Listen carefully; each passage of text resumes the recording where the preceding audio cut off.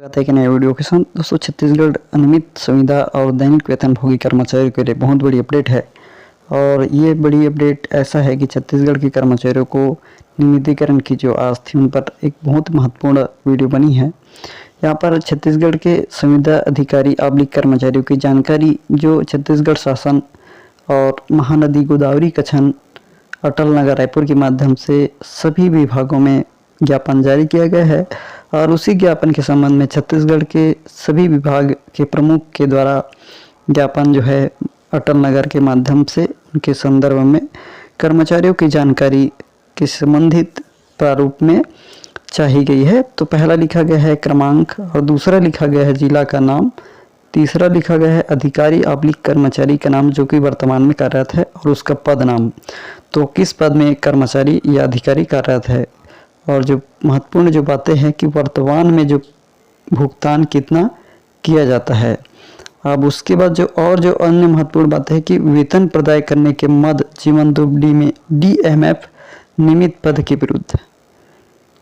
अब उससे संबंधित और जो अन्य बातें हैं वो है कि संचालनालय स्वास्थ्य सेवाएं अंतर्गत स्वीकृत नियमित पद के विरुद्ध कार्यरत अथवा नहीं, और जो अन्य है वो रिमार्क है।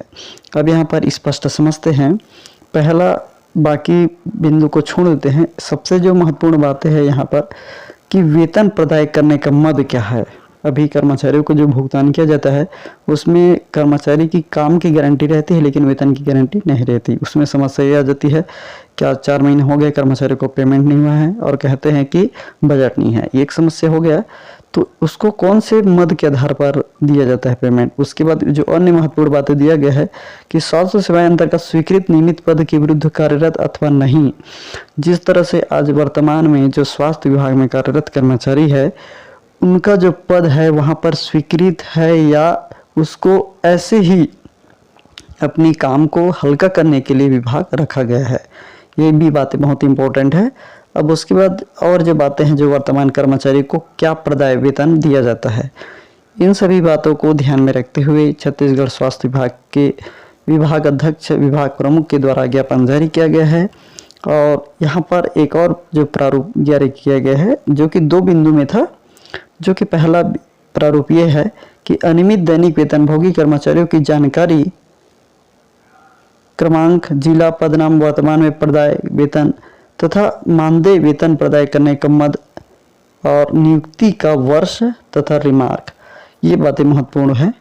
छत्तीसगढ़ के कर्मचारियों को बहुत सारी कन्फ्यूजन और रहेगी ही, क्योंकि जो कि आज कई कर्मचारी जो है 15 से 20 वर्षों से अपनी सेवाएं देते आ रहे हैं और कई कर्मचारी ऐसे हैं जो सेवानिवृत्त हो चुके हैं इसी इंतजार में कि कर्मचारी की नियमितीकरण कब होगा, जबकि कर्मचारी सेवानिवृत्त हो गए हैं। ये महत्वपूर्ण इंपॉर्टेंट बिंदु है कि नियुक्ति का वर्ष।